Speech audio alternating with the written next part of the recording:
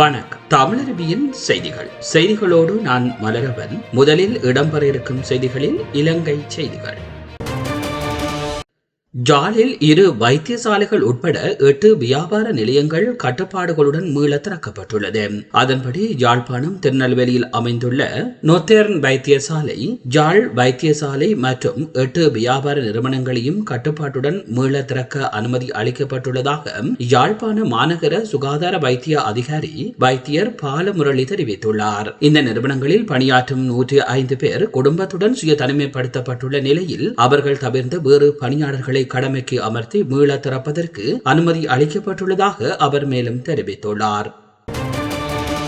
கூரை தகடுகள் பகிர்ந்தளிக்கப்பட்டமை தொடர்பிலான வழக்கின் அனைத்து குற்றச்சாட்டுகளில் இருந்தும் முன்னாள் அமைச்சர் பசில் ராஜபக்ச உட்பட 4 பிரதிவாதிகளையும் கொழும்பு மேல் நீதிமன்றம் விடுவித்துள்ளது.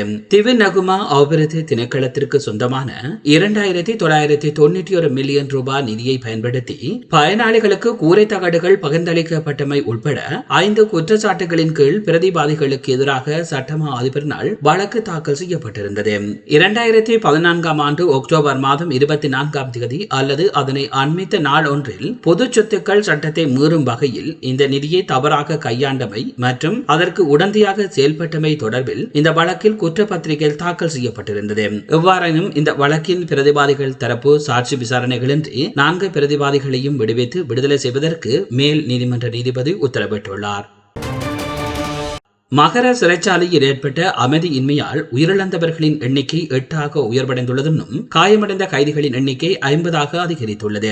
காயமடைந்தவர்களில் சிறைச்சாலை உத்தியோகத்தர்கள் 2 அடங்குவதாக மேல் மாகாணத்திற்கு பொறுப்பான சிரேஷ்ட பிரதி போலீஸ் மா அதிபர் தேசப்பத்து தென்னகோன் தெரிவித்துள்ளார். காயமடைந்தவர்கள் வைத்தியசாலைகளில் அனுமதிக்கப்பட்டுள்ளதாகவும் மேலும் சிறைச்சாலையில் பாதுகாப்பு பலப்படுத்தப்பட்டுள்ளதாகவும் போலீசார் தெரிவித்துள்ளனர். காரநகர் இந்து கல்லூரி 3 நாட்களுக்கு மூடப்படுவதாக வடமாகாண கல்வி அமைச்சின் செயலாளர் எஸ் இளங்கோவன் தெரிவித்துள்ளார். வடமாகாண சுகாதார சேவைகளின் பணிப்பாளர் மருத்துவர் ஆவண்ணா கேதீஸ்வரன் ஆலோசனைக்கு அமைய நேற்றைய தினம் முதல் எதிர்வரும் புதன்கிழமை வரை 3 நாட்களுக்கு காரநகர் இந்து கல்லூரி மூடப்பட உள்ளது. காரநகரில் கொரோனா தொற்றுடைய ஒருவர் கண்டறியப்பட்ட நிலையில் அவருடன் நெருக்கமாக பழகிய ஆசிரியர் ஒருவர் காரநகர் இந்து கல்லூரியில் கற்பிக்கின்றார். அவர் கடந்த வாரம் பாடசாலைக்கு சென்றுள்ளார். இந்த நிலையிலேயே அவரது PCR பரிசோதனை வரும் புதன்கிழமை முன்னெடுக்கப்பட உள்ளது. அன்றைய தினம் அவருக்கு கொரோனா இல்லை என அறிக்கை கிடைத்தால் மறுநாள் வியாழக்கிழமை பாடசாலை ஆரம்பிக்கப்படும் என வடமாகாண கல்வி அமைச்சின் செயலாளர் தெரிவித்துள்ளார். வவுனியா ரயில் நிலைய வீதியில் இடம்பெற்ற விபத்தில் ஒருவர் படுகாயமடைந்த நிலையில் வவுனியா வைத்தியசாலையில் அனுமதிக்கப்பட்டுள்ளார். குறித்த விபத்து தொடர்பில் மேலும் தெரிய வருவதாவது, ரயில் நிலைய வீதியிலிருந்து குருமன்காடு நோக்கி பயணித்த மோட்டார் சைக்கிளுடன் எதிர் திசையில் பயணித்த மற்றொரு மோட்டார் சைக்கிள் நேருக்கு நேரே மோதியதில் குறித்த விபத்து இடம்பெற்றுள்ளது. விபத்தில் மோட்டார் சைக்கிளில் பயணித்த நபர் ஒருவர் படுகாயமடைந்த நிலையில் வவுனியா வைத்தியசாலையில் அனுமதிக்கப்பட்டுள்ளார். சம்பவ இடத்திற்கு சென்ற வவுனியா போக்குவரத்து போலீசார் விபத்து தொடர்பான மேலதிக விசாரணைகளை மேற்கொண்டு வருகின்றனர். கிழக்கு மாகாணத்தில் மேலும் 14 பேருக்கு கொரோனா தொற்று உறுதி செய்யப்பட்டுள்ளதாக கிழக்கு மாகாண சுகாதார சேவைகளின் பணிப்பாளர் வைத்தியர் அழகையா லதாகரன் தெரிவித்துள்ளார். அக்கரைப்பற்றில் 68 நபர்களிடம் எடுக்கப்பட்ட PCR பரிசோதனையில் 13 பேர் அடையாளம் காணப்பட்டுள்ளதும் திருக்கோவிலில் ஒருவருமாக 14 பேர் அடையாளம் காணப்பட்டுள்ளனர். இதன் அடிப்படையில் கல்முனை அக்கரைப்பற்று பகுதியில் இதுவரையில் 86 பேர் அடையாளம் காணப்பட்டுள்ளதும் கிழக்கு மாகாணத்தில் இதுவரையில் 200 பேர் மொத்தமாக அடையாளம் காணப்பட்டுள்ளமை குறிப்பிடத்தக்கது. ஜாழ் காங்கேசந்துறை கடலில் குளித்த 2 அலையில் அடித்து செல்லப்பட்ட நிலையில் 2வது நபரின் சடலம் மீட்கப்பட்டுள்ளதாக போலீசார் தெரிவித்துள்ளனர். காங்கேசந்துறை தல் செல்வனை இராணுவ நட்சத்திர விடுதிக்கு அருகாமையில் உள்ள கடலில் குளித்துக் கொண்டிருந்த 2 பேர் அலையில் அடித்து செல்லப்பட்டனர். தைட்டியைச் சேர்ந்த சிவச்சந்திரன் நிரோஜன், மாசிலாமணி தவச்செல்வம் என்ற இருவருமே கடலில் அடித்து செல்லப்பட்டனர். அவர்களில் சிவச்சந்திரன் நிரோஜன் என்பவரது சடலம் நேற்று முன்தினம் மீட்கப்பட்டது. இதையடுத்து மற்றவரான மாசிலாமணி தவச்செல்வம் சடலம் நேற்று மீட்கப்பட்டுள்ளது. இந்நிலையில் 20 சடலங்களும் உடல்கூறு ஆய்வு பரிசோதனைகளுக்காக தெல்லிப்பளை வைத்தியசாலையில் வைக்கப்பட்டுள்ளது. கிளிநொச்சி மாவட்டத்தில் சாதாரண வகுப்புகள் மாத்திரம் இன்று முதல் ஆரம்பிக்க தீர்மானிக்கப்பட்டுள்ளது. கடந்த திங்கட்கிழமை நாடளாவிய ரீதியில் பாடசாலைகள் ஆரம்பிக்கப்பட்ட நிலையில் கிளிநொச்சியில் கொரோனா நோயாளி ஒருவர் அடையாளம் காணப்பட்டதை தொடர்ந்து மீண்டும் பாடசாலைகள் 1 வாரத்திற்கு மூடப்பட்டன. இந்நிலையில் இன்று முதல் சாதாரண வகுப்புகள் மாத்திரம் ஆரம்பிப்பதற்கு தீர்மானிக்கப்பட்டதாக மாவட்ட அரசாங்க அதிபர் ரூபபதனி கேதீஸ்வரன் தெரிவித்துள்ளார். நேற்று தினம் இடம்பெற்ற COVID-19 மாவட்ட செயலணி கலந்துரையாடலில் புதிய குறித்த தீர்மானம் எடுக்கப்பட்டுள்ளது. இதனிடையே மன்னார் மாவட்டத்தில் நேற்று மேற்கொள்ள மேற்கொள்ளப்பட்ட PCR பரிசோதனையில் 4 பேருக்கு கொரோனா தொற்று உறுதி செய்யப்பட்டுள்ளதாக மன்னார் பிராந்திய சுகாதார சேவைகளின் பணிப்பாளர் தா வினோதன் தெரிவித்துள்ளார். நீங்கள் பார்த்துக் கொண்டிருப்பது தமிழருவியின் இலங்கை செய்திகள். இனி தொடர்பான பன்னாட்டு செய்திகள். தேர்தல் வெற்றிக்காக தாம் தொடர்ந்தும் போராடப் போவதாக அமெரிக்க அதிபர் ட்ரம்ப் தெரிவித்துள்ளார். தனியார் தொலைக்காட்சி ஒன்றுக்கு நேர்காணல் அளித்த அவர் 6 மாத காலத்திற்கு தன்னுடைய மனம் இந்த நிலையிலிருந்து மாறாது என தெரிவித்துள்ளார். இந்த நிலையில் எதிர்வரும் ஜனவரி மாதம் 20ஆம் தேதி அமெரிக்காவின் புதிய அதிபராக ஜோ பைடன் பொறுப்பேற்க உள்ளார் என்பது குறிப்பிடத்தக்கது.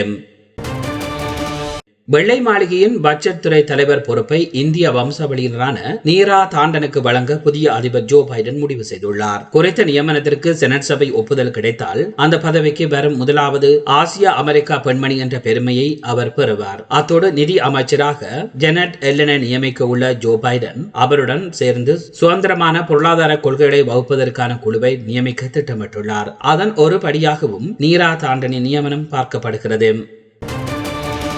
ஆஸ்திரேலியாவை அவமதிக்கும் வகையில் ட்விட்டரில் புகைப்படம் வெளியிட்டுள்ள சீனா அதற்காக வெட்கப்படுவதுடன் மன்னிப்பு கேட்க வேண்டும் என ஆஸ்திரேலியாவின் பிரதமர் காட்டமாக தெரிவித்துள்ளார். ஆப்கான் குழந்தையின் களத்தில் ஆஸ்திரேலியா படைவீரர் ஒருவர் கத்தியை வைப்பது போன்ற படத்தை சீனாவின் வெளியுறவுத்துறை செய்தி தொடர்பாளர் சபோ லியான் வெளியிட்டுள்ளார். இதற்கு கடும் கண்டனம் தெரிவித்துள்ள பிரதமர் இதுபோன்ற போலியான புகைப்படத்தை சீனா வெளியிட்டது மூர்க்கத்தனமான செயல் என கூறியுள்ளார். இந்த செயலால் உலக நாடுகளுக்கு முன் சீனா சிறுமைப்பட்டு விட்டதாகவும் அவர் தெரிவித்துள்ளார். கொரோனா நோய் தொற்று தீவிரமடையாமல் தடுப்பதில் 100% வெற்றி அளிக்கும் தடுப்பூசியை தயாரித்துள்ளதாக அமெரிக்க மருத்துவ நிறுவனமான மாடர்னா தெரிவித்துள்ளது. அங்குள்ள மருத்துவ கட்டுப்பாட்டுத்துறையிடம் விண்ணப்பித்துள்ள அந்த நிறுவனம் மனிதர்களிடம் நடத்தப்பட்ட சோதனைகளில் தடுப்பூசி கொரோனாவை கட்டுப்படுத்துவதில் 94.1% வெற்றி பெற்றுள்ளதாகவும் கூறப்படுகிறது. மேலும் கொரோனா தொற்று தீவிரமடையாமல் தடுப்பதில் 100% பயனளிப்பதாகவும் ஆய்வுக்குழுவின் உறுப்பினர் தெரிவித்துள்ளார். அமெரிக்காவில் ஏற்கனவே பைசர் நிறுவனம் தடுப்பூசிக்கு உரிமை கோரி கடந்த 20ஆம் தேதி விண்ணப்பித்துள்ளது. அடுத்த மாதமே அமெரிக்கர்களுக்கு தடுப்பூசி போடப்படும் என அமெரிக்க தேசிய ஒவ்வாமை மற்றும் தொற்று நோய் ஆய்வு கழக இயக்குனர் அந்தோனி பவுசி தெரிவித்துள்ளார். ஐக்கிய அரபு அமீரகத்தில் நவம்பர் 30 அன்று தியாகிகள் நினைவு தினமானது ஒவ்வொரு வருடமும் அனுசரிக்கப்பட்டு வருகிறது. இந்நிலையில் நேற்றைய தினம் தியாகிகள் நினைவு தினத்தை முன்னிட்டு அமீரக தலைவர்கள் ஐக்கிய அரபு அமீரகத்தின் மாவீரர்களுக்கு அஞ்சலி செலுத்தியுள்ளனர். ஐக்கிய அரபு அமீரகத்தின் துணைத் தலைவரும் பிரதமரும் துபாய் ஆட்சியாளருமான மாண்புமிகு ஷேக் முகமது அவர்கள் இதுகுறித்து வெளியிட்டுள்ள செய்தியில் ஐக்கிய அரபு அமீரக ஆயுதப்படைகளின் உறுப்பினர்கள் ஐக்கிய அரபு அமீரகத்தை பாதுகாக்க தங்களின் உயிரை தியாகம் செய்திருக்கிறார்கள். அவர்களுக்கு மரியாதை, நன்றி உணர்வு மற்றும் விசுவாசத்தை காட்ட அமீரகமானது வடக்கிலிருந்து தெற்கிலும் கிழக்கிலிருந்து மேற்கிலும் உயர்ந்து நிற்கிறது. மகிமையும் அழியாத புகழும் எங்கள் தியாகிகளுக்கு என்றென்றும் உரித்தாகுக என்று தெரிவித்துள்ளார். ஐக்கிய அரபு அமீரகத்தின் நேற்றைய நிலவரப்படி புதிதாக 1107 பேருக்கு கொரோனா இருப்பது உறுதி செய்யப்பட்டுள்ளதாக சுகாதார அமைச்சகம் தெரிவித்துள்ளது. இதன் மூலம் கொரோனா பாதித்தவர்களின் மொத்த எண்ணிக்கையானது 1,68,860 உயர்ந்துள்ளது. நேற்றைய தினம் கொரோனாவுக்கு 2 பேர் உயிரிழந்தமையால் கொரோனாவால் உயிரிழந்தோரின் எண்ணிக்கை 572 அதிகரித்துள்ளது. மேலும் நேற்றைய நாளில் மட்டும் 714 பேர் குணமடைந்துள்ளதாகவும் இதுவரையில் 1,54,899 பேர் கொரோனாவால் பாதிக்கப்பட்டு முழுவதுமாக குணமடைந்துள்ளனர் என்பது குறிப்பிடத்தக்கது. தாமிரபரணி ஆற்றின் கரைகளை தீவிரமாக கண்காணிக்குமாறு மத்திய நீர்வளத்துறை அமைச்சகம் அறிவித்துள்ளது. வங்கக்கடலில் உருவாகி இருக்கும் ஆழ்ந்த காற்றழுத்த தாழ்வு பகுதியினால் இன்று முதல் 3 நாட்களுக்கு தமிழகத்தின் தென் மாவட்டங்களில் கனமழை பெய்ய வாய்ப்பு இருப்பதாக வானிலை ஆய்வு மையம் தெரிவித்துள்ளது. கன்னியாகுமரி, திருநெல்வேலி மற்றும் தூத்துக்குடி மாவட்டங்களில் பல இடங்களில் கனமழை பெய்ய வாய்ப்பு இருப்பதனால் மீனவர்கள் கடலுக்கு செல்ல வேண்டாம் என்றும் அறிவுறுத்தப்பட்டுள்ளது. இந்த நிலையில் தாமிரபரணி ஆற்றின் கரைகளை தீவிரமாக கண்காணிக்குமாறு மத்திய நீர்வளத்துறை அமைச்சகம் அறிவித்துள்ளது. பலத்த மழை காரணமாக தமிழகத்தின் முக்கியமான நதிகளில் வெள்ளப்பெருக்கு ஏற்படுவதற்கான வாய்ப்பு இருக்கிறது. அதனால் அனைத்து நதிகளையும் கண்காணிக்க வேண்டும் எனவும் முக்கியமாக தாமிரபரணி நதிக்கரையை தீவிரமாக கண்காணிக்க வேண்டும் என்றும் அறிவுறுத்தியுள்ளன. அரியலூர், பெரம்பலூர் ஆகிய மாவட்டங்கள் கொரோனா இல்லாத மாவட்டங்களாக மாறியுள்ளதாக தமிழக சுகாதாரத்துறையினர் தெரிவித்துள்ளனர். கொரோனா பெருந்தொற்று பாதிப்பிலிருந்து கடந்த 24 மணி நேரத்தில் 1456 பேர் குணமடைந்து வீடு திரும்பியுள்ளனர். ஒரே நாளில் மட்டும் புதிதாக 1410 பேருக்கு வைரஸ் தொற்று உறுதியாகியது. சென்னையில் புதிதாக 385 பேருக்கு தொற்று உறுதி செய்யப்பட்டது. கள்ளக்குறிச்சி, கிருஷ்ணகிரி, தேனி, திருநெல்வேலி மற்றும் விருதுநகர் உட்பட 8 மாவட்டங்களில் ஒற்றை இலக்கத்தில் கொரோனா பாதிப்பு உறுதி செய்யப்பட்டுள்ளது. தமிழகத்தில் 32 மாவட்டங்களில் கொரோனாவுக்கு ஒருவர் கூட உயிரிழக்கவில்லை என்பது குறிப்பிடத்தக்கது. வங்கக்கடலில் வலுவுற்றுள்ள காற்றழுத்த தாழ்வு மண்டலம் இன்று புயலாக வலுப்பெறும் என்றும் இதனால் வருகிற 4ஆம் தேதி வரையில் தமிழகத்தில் பல இடங்களில் அதிக கனமழைக்கு வாய்ப்பு உள்ளது என்று சென்னை வானிலை ஆய்வு மையம் தெரிவித்துள்ளது. நீங்கள் பார்த்துக் கொண்டிருப்பது தமிழருவியின் இலங்கை மற்றும் பன்னாட்டு செய்திகள். இலங்கை மற்றும் பன்னாட்டு செய்திகள் இத்துடன் நிறைவு பெறுகின்றன. மேலும் செய்திகளை அறிய எமது இணையதள முகவரிகளுக்கு விஜயம் செய்யுங்கள். எமது இணையதள முகவரி கீழே குறிப்பிடப்படுகின்றது. இதுவரை நேரமும் தமிழருவியின் செய்திகளோடு இணைந்திருந்த அத்தனை நேயர்களுக்கும் நன்றிகளை தெரிவித்துக் கொள்வதோடு மீண்டும் இன்னும் ஒரு செய்தி தொகுப்பினூடாக உங்களை சந்திக்கின்றேன். அதுவரையில் நன்றி, வணக்கம்.